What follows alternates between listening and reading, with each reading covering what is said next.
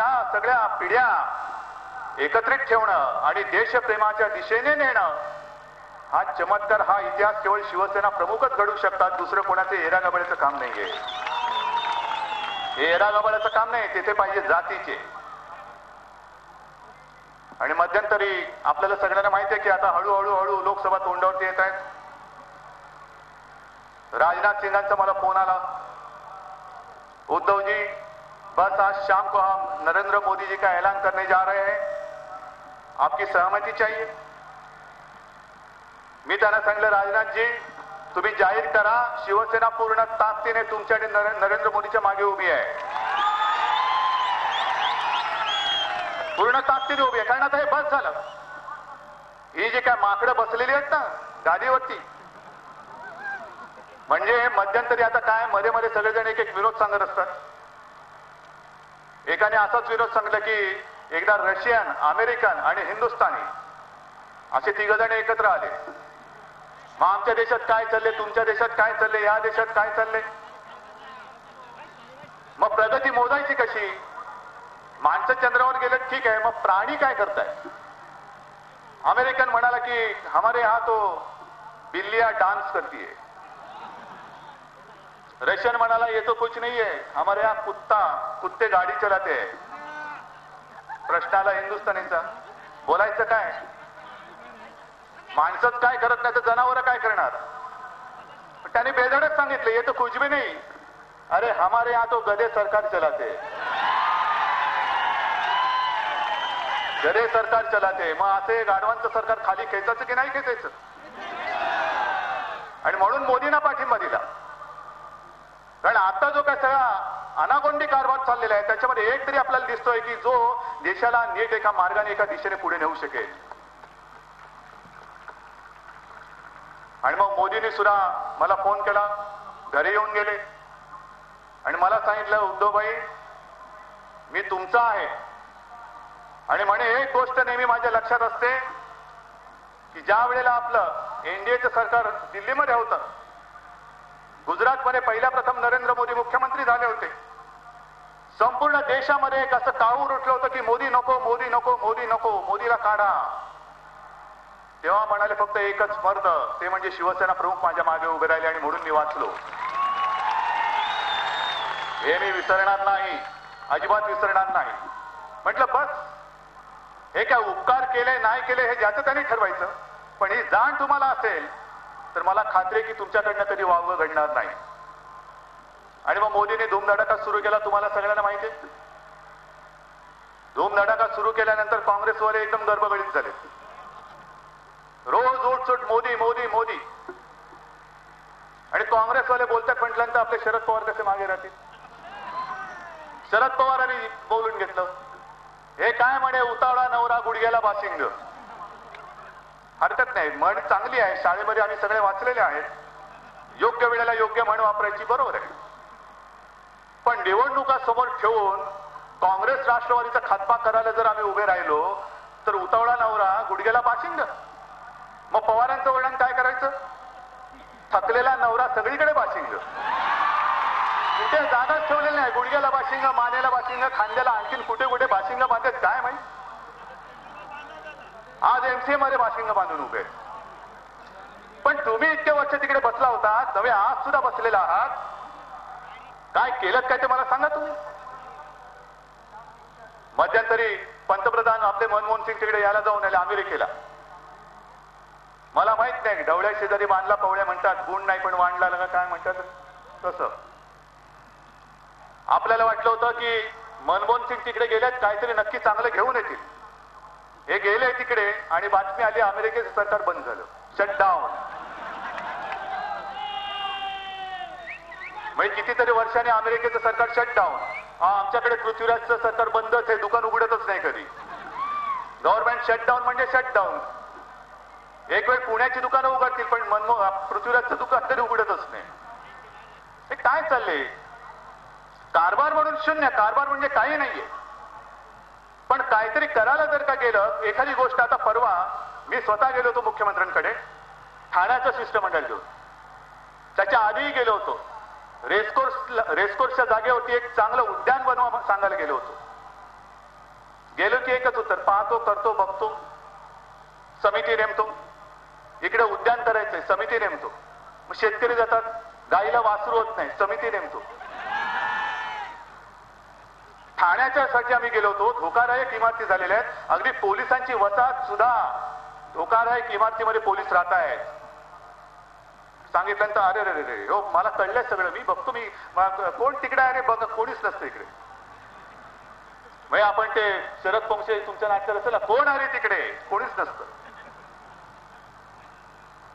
पण दरवेळेला पाहतो, बघतो, ठाण्याचे जे काही लोक आहेत, हजारो लाखो लोक तिकडे अनधिकृत असतील किंवा धोकादायक असतील. धोकादायक पडणार नाही, पण पडली आणि जर का काही दुर्घटना झाली तर त्याला मुख्यमंत्री जबाबदार असतील.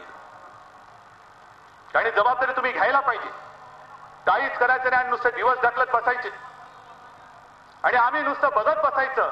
रोज उठून नवीन काहीतरी बाहेर येते, घोटाळे घोटाळे घोटाळे बाहेर येत आहेत. तुम्ही वेळ मारून न्यायची, पाहतो, बघतो, करतो का? अजूनही निर्णय होत का नाही? जे शरद पवार ज्या तत्परतेने नरेंद्र मोदींवरती बोलतात, आपल्यावरती बोलतात, त्या तत्परतेने त्यांच्या त्या ड्युट्या पुतण्याबद्दल का बोलत नाही? अरे कशी माणसं तुम्ही आहात, कशी माणसं आहात? जी माणसं आपल्या मतदारांची किंवा आपल्या माता भगिनींची भावना ओळखू शकत नाहीत, असे सगळे दगड धोंडे तिकडे मंत्रालयामध्ये बसलेले आहेत. आणि म्हणून उगाच नाही, मंत्रालयापेक्षा देवालयामध्ये जेवढी गर्दी असते तेवढी मंत्रालयामध्ये नसते. जे देवालयामध्ये किंवा तिकडे जी गर्दी करतात, रांग लावतात, त्यांनाही माहिती की अरे हा देव. माझे आजोबा बोलायचे, अरे देव देव काय, मानला तर देव नाही तर धोंडा. त्या धोंड्याला शेंदूर फासलं की त्याचा देव झाला. पण जेवढा या माता भगिनींचा आणि नागरिकांचा विश्वास त्या दगडावरती आहे, तेवढा मंत्र्यावरती का नाही याचा विचार कोण करणार आहे की नाही? कारण प्रत्येकाला माहिती आहे की जर मी माझं दुःख घेऊन गेलो तर एक वेळ या दगडाला पाजर फुटेल, पण या धोंड्याला एक टिपूस सुद्धा येणार नाही, ही खात्री आहे. म्हणून कोणी मंत्रालयात जात नाहीये. आणि त्या धोंड्याला देव पण येतं, नक्की येतं. ज्या वेळेला संतापाचा उद्रेक होतो, संयम तुटतो, सहनशीलता संपते आणि मग रस्त्यावरती पडलेला धोंडा जेव्हा अन्यायाच्या विरुद्ध भिरकावला जातो, त्या भिरकावलेल्या धोंड्यामध्ये सुद्धा देव असतो. कारण तो धोंडा तेव्हा अन्यायावरती वार करून न्याय मिळवून देत असतो. तो खरा देव असतो, मंत्र्यापेक्षा तो मोठा असतो. पण काहीच बोलत नाही. खरं म्हणजे एक तर इतके वर्ष तुम्ही सत्तेवरती बसल्यानंतर सिंचनाचा घोटाळा जो चाललेला आहे, 70,000 कोटी कुठे गेले माहिती नाही. आरोप केल्यानंतर शरद पवार म्हणतात की आता आरोप करण्याची फॅशन आलेली आहे, रोज उठतं कोणतरी आणि आरोप करतं. आरोप होत असतील तर तुम्ही त्याची न्यायालयीन चौकशी का करत नाही? सिंचन घोटाळ्याची न्यायालयीन चौकशी अजून का केली जात नाही? का? त्याच्यामध्ये ज्यांचं बिंग उघडवणार असेल तर होऊ दे ना. जर अजित पवार स्वच्छ असतील तर होऊ दे, न्यायालयामध्ये सिद्ध होऊ दे. पण जर का गुन्हेगार असतील तर अजित पवार सुद्धा तुरुंगात गेलेच पाहिजे. याला म्हणतात लोकशाही. पण हे नुसता दिवस काढण्याचे धंदे चाललेले आहेत. मुख्यमंत्री म्हणजे काय, फायरीवरती नुसते बसून राहिलेले. जसं कोंबडं बसतं ना, ते काय कुडूक होतं का काहीतरी म्हणतात, अंड्यावरती बसतं. पण त्या अंड्यातलं पिल्लू बाहेर पडतं. मुख्यमंत्री फायलीवरती बसतात, काहीच निघत नाहीये, काहीच निघत नाही. नुसतं आला दिवस गेला दिवस, आला दिवस गेला दिवस. मध्यंतरी हे शरद पवार असेल, राहुल गांधी असेल, विदर्भामध्ये फिरून आले. मला वाटतं दिवस राऊतांनी सांगितलं असेल विदर्भामध्ये काय काय झालं, काय केलं त्यांनी. शरद पवार फिरून आले, राहुल गांधी जाऊन आले, किती मदत दिली. विदर्भातले जर कोणी इकडे आले असतील तर त्यांनी हात वर करून सांगावं की होय, आमच्या इकडे मदतीचा पाऊस पडला, आधी या पावसात आम्ही वाहून गेलो, त्याच्यानंतर यांच्या मदतीचा जो पूर आला त्याच्यात आम्ही वाहून गेलेलो आहे. आज देखील विदर्भामध्ये आत्महत्या होत आहे. शेतकरी आत्महत्या करतोय, कर्ज डोक्यावरती चढतंय म्हणून आत्महत्या करतोय. शरद पवार तिकडे जायला तयार नाही, पण इकडे त्यांना एमसीए ची निवडणूक फार महत्वाची. एमसीए मध्ये मी प्रेसिडेंट झालो पाहिजे. कृषी मंत्री आहे तो काय? म्हणून मी मागे प्रश्न विचारला तर तोच तुम्हाला सगळ्यांना विचारतोय. आजपर्यंत अनेक खेळाडूंबरोबर, क्रिकेट टीम बरोबर शरद पवारांचा फोटो आपण पाहिलेला आहे. शेतकऱ्यांसोबत पाहिल्यात तरी? शेतकऱ्याचा पुत्र राहुल गांधी सुद्धा कधीतरी येतात, कधीतरी जातात. मध्यंतरी जो काही तमाशा झाला वटहुकुमाचा, अरे या देशात सरकार चालवतोय कोण याचंही उत्तर आपल्याला मिळत नाहीये. देश आपला लोकशाहीमधला सगळ्यात मोठा देश आहे, पण या देशामध्ये सरकार आहे. हे सरकार देश चालवतोय, न्यायमूर्ती देश चालवत आहे, विरोधी पक्ष देश चालवतोय, एनजीओ देश चालवत आहेत का वृत्तपत्र देश चालवत आहेत, कोण का नोकरशाह देश चालवत आहेत, कोण देश चालवतोय? कोणाचाही पायपोस कोणामध्ये नाहीये. वटहुकूम काढताना तुम्ही वटहुकूम काढलात, जे गुन्हेगार आहेत ज्यांना 2 वर्ष सजा झाली त्यांची आमदारकी खासदारकी ताबडतोब रद्द आणि पुन्हा त्यांना निवडणूक लढवायला येणार नाही, लढवता येणार नाही. आनंदाची गोष्ट आहे. एक तर वटहुकूम का काढलात, तो काढताना तुम्ही राहुल गांधीला विचारलं होतं की नव्हतं याचंही आम्हाला उत्तर मिळालेलं नाहीये. आणि वटहुकूम काढल्यानंतर असा नेमका राहुल गांधीला कधी करंट आला की त्यांनी सांगितलं की हा वटहुकूम म्हणजे बकवास आहे, हा वटहुकूम फाडून फेकून द्या. एका अर्थाने हा वटहुकूम फाडला गेला बरोबर आहे, पण त्याच बरोबरीने एका गोष्टीचं स्पष्टीकरण झालं पाहिजे.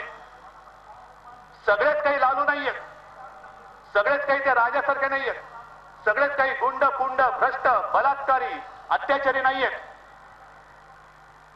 पण खरोखर जे आंदोलन करणारे आहेत आमचे शिवसैनिक आहेत, इकडे माता भगिनी बसलेल्या आहेत, अनेकांवरती अनेक गुन्हे दाखल आहेत. लोकांच्या न्याय हक्कासाठी लढताना आंदोलन करताना म्हणून त्यांच्यावरती गुन्हे दाखल झालेले आहेत. झी 24 तास एक पाऊल पुढे.